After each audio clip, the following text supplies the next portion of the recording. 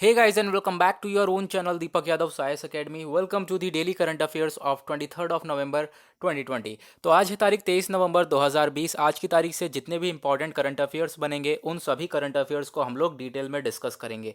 Now बढ़ते हैं आगे। और गाइज अगर आप लोग को इस लेक्चर की पीडीएफ चाहिए तो नीचे डिस्क्रिप्शन बॉक्स में आप सभी लोगों को टेलीग्राम का लिंक दे रखा है, तो उस टेलीग्राम के लिंक को क्लिक करो और जाकर वो टेलीग्राम चैनल ज्वाइन कर लो, क्योंकि वहाँ पे आपको डेली बेसिस पे इस लेक्चर की पीडीएफ तो मिलेगी। वहाँ पे आप लोगों को डेली द हिंदू न्यूज़पेपर भी मिलने वाला है फ्री ऑफ कॉस्ट। नाउ अभी तक आपने चैनल को सब्सक्राइब नहीं किया है तो ऐसा रेड कलर का बटन आ रहा होगा नीचे की साइड, आप अपना एक छोटा सा सपोर्ट दिखा सकते हो bye subscribing this channel. Okay, हम लोग 10,000 सब्सक्राइबर्स के बहुत ज़्यादा करीब हैं, तो आप लोग अपना सपोर्ट दिखा सकते हो। बढ़ते हैं आगे और आपको यहाँ पे आर्टिकल नंबर 1 नजर आएगा। ये आर्टिकल हम लोगों ने ऑल इंडिया रेडियो से लिया है। मीडिया के पॉइंट ऑफ व्यू से आपका ये आर्टिकल इंपॉर्टेंट हो सकता है। अगर आप लोग यूपीएससी की तैयारी कर रहे हो तो प्रीलिम्स के पॉइंट ऑफ व्यू से भी हो सकता है। आप अपना कहीं भी ऐसे में इस्तेमाल कर सकते हो। ठीक है, किस तरीके से मैं आपको बताऊंगा। सबसे पहले यहाँ पे इस आर्टिकल की हेडिंग क्या है, देखो वर्ल्ड टेलीविजन डे है। वर्ल्ड टेलीविजन डे कब मनाया जाता है? 21 नवंबर को। 21 नवंबर को वर्ल्ड टेलीविजन डे मनाया जाता है। तो कल की जो तारीख थी हमारी 21 नवंबर, सॉरी परसों, है ना, तो वर्ल्ड टेलीविजन डे मनाया गया था उस दिन। तो उसी के बारे में यहाँ पे ये आर्टिकल है और इसको हम लोग अब डिस्कस कर रहे हैं। अब यहाँ पर इंपॉर्टेंट चीज़ क्या है, दिसंबर की बात है, 1996 की बात कर रहे हैं हम लोग। यूनाइटेड नेशन ने प्रोक्लेम करा था कि जो 21 नवंबर है, यूनाइटेड नेशन ने तय करा कि भाई जो 21 नवंबर है उसको वर्ल्ड टेलीविज़न डे की तरह हम लोग मानेंगे।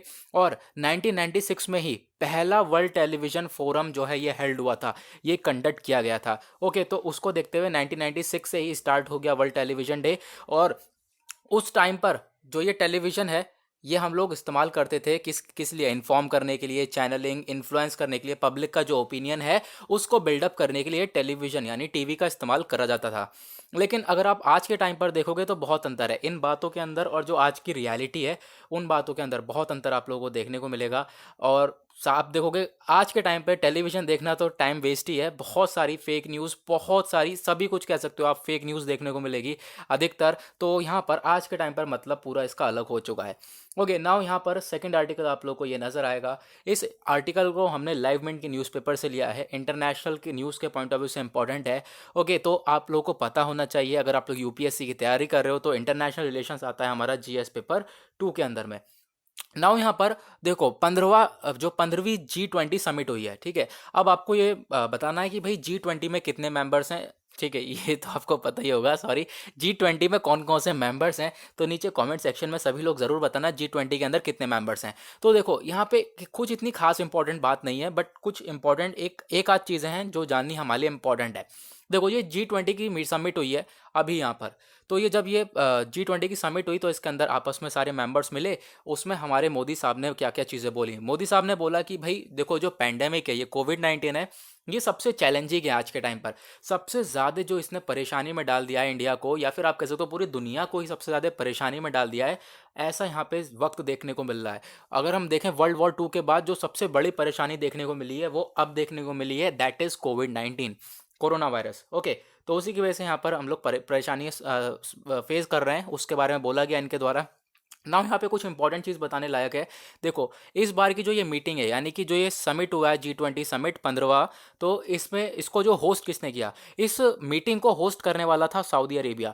नाउ अब यहाँ पर आने वाले टाइम की जो 2022 की में एक मीटिंग हो रही है G20 की, 2022 में एक मीटिंग होगी, उसको यहाँ पर तय कर लिया गया है कि इंडिया होस्ट करेगा। ओके, तो यहाँ पे एक इंपॉर्टेंट चीज़ है, तो याद रखना, इंडिया 2022 की G20 की समिट को होस्ट करने वाला है। नाउ आगे बढ़ते हैं।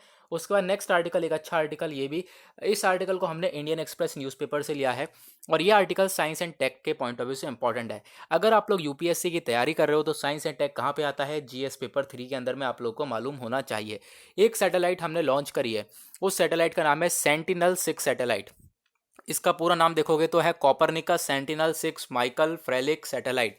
तो ये डिज़ाइन करी गई थी, क्यों क्यों डिज़ाइन करी गई, जो ओशियन है, ठीक है, ओशियन है, सागर है, उसको कैसे मॉनिटर करा जा सके। तो ये सैटेलाइट जो है पूरी तरह से मॉनिटर करती है ओशियन को। ओके, तो इसको लॉन्च करा गया कहाँ से? कैलिफोर्निया में। कैलिफोर्निया कहाँ पर? कैलिफोर्निया में कहाँ पर? वेंडेनबर्ग एयरफोर्स जो है, ये कैलिफोर्निया में एक बेस बना हुआ है, वहाँ से इसको लॉन्च करा गया।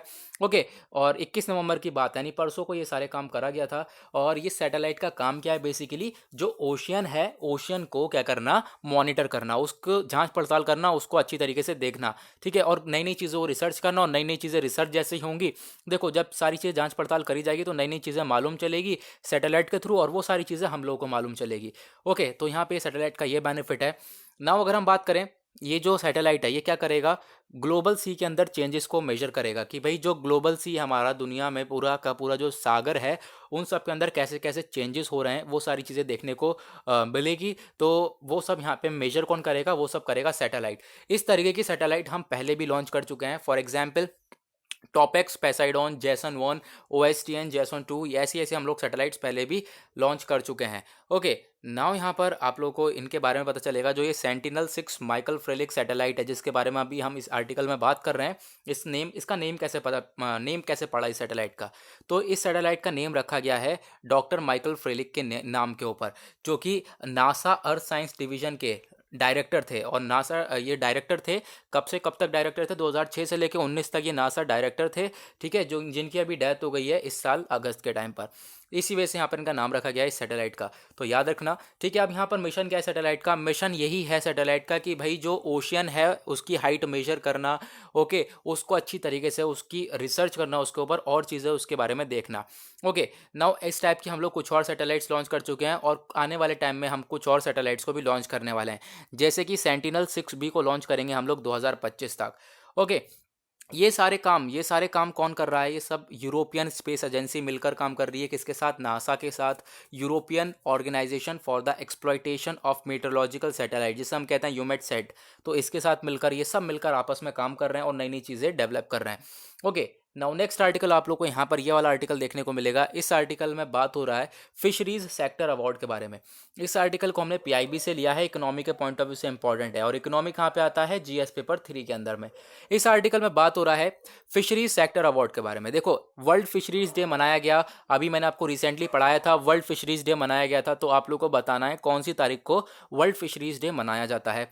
ओके, तो जो वर्ल्ड फिशरीज डे के अवसर पर जो डिपार्टमेंट ऑफ फिशरी है, इसने अवार्ड दिया। किसको अवार्ड दिया? जो भी बेस्ट परफॉर्मिंग राज्य था, जो भी बेस्ट परफॉर्मिंग स्टेट था फिशरीज सेक्टर में, ठीक है, फिश के सेक्टर में जो भी बेस्ट परफॉर्मिंग आप कह सकते हो स्टेट था, उसको अवार्ड दिया गया है। वो कौन सा स्टेट था, यहाँ पर हम लोग देखेंगे आगे। पहली बार ऐसा हुआ है फिशरीज सेक्टर में, जो गवर्नमेंट है, गवर्नमेंट ऑफ इंडिया सरकार है हमारी भारत सरकार, उसने अवार्ड दिया है बेस्ट परफॉर्मिंग स्टेट्स को। ठीक है, 2019-20 का यहाँ पे अवार्ड दिया गया है। कौन सा, किसको दिया गया है? ओडिशा को। ओडिशा यहाँ पे बोला जा रहा है एक बहुत अच्छा परफॉर्म करने वाला राज्य बना, उसके बाद उत्तर प्रदेश बना, एंड देन उसके बाद आसाम बना। ओके, तो राज्यों के साथ साथ कुछ डिस्ट्रिक्ट्स भी बने, और वो डिस्ट्रिक्ट्स, टॉप के डिस्ट्रिक्ट्स कौन कौन से थे? वो था कृष्णा डिस्ट्रिक्ट, जो कि आंध्र प्रदेश में है। ठीक है, ये बेस्ट था। उसके बाद मैरीन डिस्ट्रिक्ट, जो कि कालाहांडी में है, ओडिशा एक बेस्ट इनलैंड डिस्ट्रिक्ट। ठीक है, नागांव, जो कि आसाम में है। तो ये बढ़िया बढ़िया डिस्ट्रिक्ट थे जिन्होंने अच्छी तरीके से परफॉर्म किया इस फिशरी सेक्टर के अंदर में। ठीक है, अपने एरिया में फिशरी सेक्टर के क्षेत्र में बहुत अच्छा इन्होंने परफॉर्म किया है, इसी वजह से इनको अवार्ड दिया गया। Now next article, interesting one. इस आर्टिकल को भी हमने इंडियन एक्सप्रेस न्यूज़पेपर से लिया है। एनवायरमेंट के पॉइंट ऑफ व्यू से आर्टिकल इंपॉर्टेंट है। अब यहाँ पर आप लोग इस मशरूम को देख रहे हो, ये एक मशरूम है। ठीक है, क्या है ये? मशरूम। इस मशरूम किसकी स्पीशीज का नाम क्या है? रोरिडोमाइसिस फाइलोस्टेकेडिस। ठीक है, फिर से एक बार बोलते हैं, रोरिडोमाइसिस फाइलोटेकेडिस। ओके, रोरिडोमाइसिस फाइलोस्टैकिडिस इसका नाम है। तो ये मशरूम है। इस मशरूम में यहाँ पर इसके क्या स्पीशी का नाम है मैंने आपको बता दिया। तो ये एक नई डिस्कवरी करी है हम लोगों ने, ये एक नया देखा है हम लोग, ये मशरूम नया तरीके का हमने ढूंढा है। और इस मशरूम के अंदर एक आप कह सकते हो बायोल्यूमिनेसेंट पाया जाता है। बायोल्यूमिनेसेंट यहाँ पे एक ऑर्गेनिज्म है, इसके देखोगे आप डंडी में जो है, इसकी स्ट्रिप में यहाँ पे बायोल्यूमिनेसेंट है। इससे क्या होता है, इसमें लाइटनिंग देखने को मिलती है। ठीक है, इस मशरूम को आप देखोगे, ये मशरूम ऊपर से ऐसा है, नीचे इसके जो डंडी है उसमें लाइट देखने को मिल रही है ना। तो ये कैसे लाइट देखने को मिली है? क्यों? क्योंकि इसके अंदर बायोल्यूमिनेसेंट प्रेजेंट है। और इस मशरूम का नाम क्या, ये आप लोगों ने देख ही लिया। नाउ जो ये नई स्पीशी है जिसका नाम ये हमने अभी पढ़ा, ये पहली बार कहाँ देखी गई थी, पहली बार मेघालय में देखी गई थी। ओके, नाउ अगर हम बात करें, ये हमारे पास 97 है, 97 स्पीशीज़ है मशरूम की, जो कि हम जानते हैं अच्छी तरीके से। सॉरी, 97 स्पीशीज़ है हमारे पास, 97 प्रजातियां फंजाई की, बैक्टीरिया जो है फंजाई उसकी हमारे पास स्पीशीज़ हैं 97। तो उसमें से हमारा जो ये बायोल्यूमिनेसेंट फंजाई है वो एक वन ऑफ दी फंजाई कहलाता है इसके अंदर। यानी जो बायोल्यूमिनेसेंट है जिसकी वजह से ये चमक रहा है डंडा, ठीक है, ये जो मशरूम की डंडी है नीचे की जो चमक रही है वो बायोल्यूमिनेसेंट की वजह से चमक रही है। और बायोल्यूमिनेसेंट क्या है, वो एक फंजाई है। ओके, तो यहाँ पर ये हमारे पास काफ़ी सारी प्रजातियाँ पहले से ही थी फंजाई की, उसी में से यहाँ पर एक फंजाई ये भी है। ना अगर हम बात करें तो ये नया स्पीशी हम लोग को देखने को मिला है, ये जो पहली बार फाउंड करा गया है इंडिया के अंदर, जिसकी जो स्टॉक है, जिसका जो आप कह सकते हो नीचे का स्ट्राइप है वो चमकने वाला है। ठीक है, वो चमकता क्यों है, ये इंपॉर्टेंट चीज़ है, वो चमकता है बायोल्यूमिनेसेंट फंजाई की वजह से। ओके, ये क्वेश्चन बन सकता है आपसे। ना यहाँ पे बायोल्यूमिनेसेंट क्या है, देखो जो बायोल्यूमिनेसेंस है ये एक फंजाई है, इसमें एक प्रॉपर्टी होती है, ये एक प्रॉपर्टी है, ठीक है। एक प्रॉपर्टी क्या है, ये ऑर्गेनिजम्स, ये एक प्रॉपर्टी है किसकी, लिविंग ऑर्गेनिजम्स की, जो कि लाइट को एमिट करती है, यानी कि लाइट प्रोड्यूस करती है। ओके, देखो यहाँ पर बेसिकली बायोल्यूमिनेसेंट फंजाई के बारे में बोला जा रहा है, तो इसके अंदर एक प्रॉपर्टी होती है ये, इसकी वजह से ये लाइट निकलती है। तो एनिमल हो, प्लांट हो, फंजाई, बैक्टीरिया हो, इन सब के अंदर ये देखने को मिलती है, और यहाँ पर ये सारी चीज़ें चमकती हुई देखने को हम लोग को मिलती है। ओके, तो गाइज इसी के साथ हुआ हमारा आज का डेली एनालिसिस पूरी तरह से समाप्त। उससे पहले हम लोग यहाँ पे लास्ट में देख लें, ठीक है, ये गलती से आगे बढ़ गया तो इसको देख लेते हैं हम लोग। तो एनिमल्स वगैरह में तो देखने को मिलता है, साथ ही साथ जो ओशियन का एनवायरनमेंट है, कभी कभार आप लोगों को ओशियन का एनवायरनमेंट आपने देखा होगा, तो उसमें भी चमक बहुत ज़्यादा आपने देखने को मिलेगी, बहुत सारे लाइट निकलती है वहाँ से। वो कैसे निकलती है, वो सिर्फ और सिर्फ बायोल्यूमिनेसेंट फंजाई के थ्रू ही निकलती है, क्योंकि वहाँ पर वो प्रेजेंट होता है। ओके, तो गाइज इसी के साथ हुआ आज का हमारा डेली करंट अफेयर वीडियो का एनालिसिस पूरी तरह से समाप्त। आई होप आप लोगों को मज़ा आया होगा। मज़ा आया होगा तो वीडियो को लाइक करना, और अभी तक आपने चैनल को सब्सक्राइब नहीं किया है तो नीचे रेड कलर का बटन आ रहा होगा, सब्सक्राइब कर लें, बेल आइकन ज़रूर प्रेस करना, ताकि आप कोई भी वीडियो की नोटिफिकेशन मिस ना कर सको। तो आज के लिए बस इतना ही, मिलेंगे आप लोगों से कल। आज के लिए bye bye, have a nice day.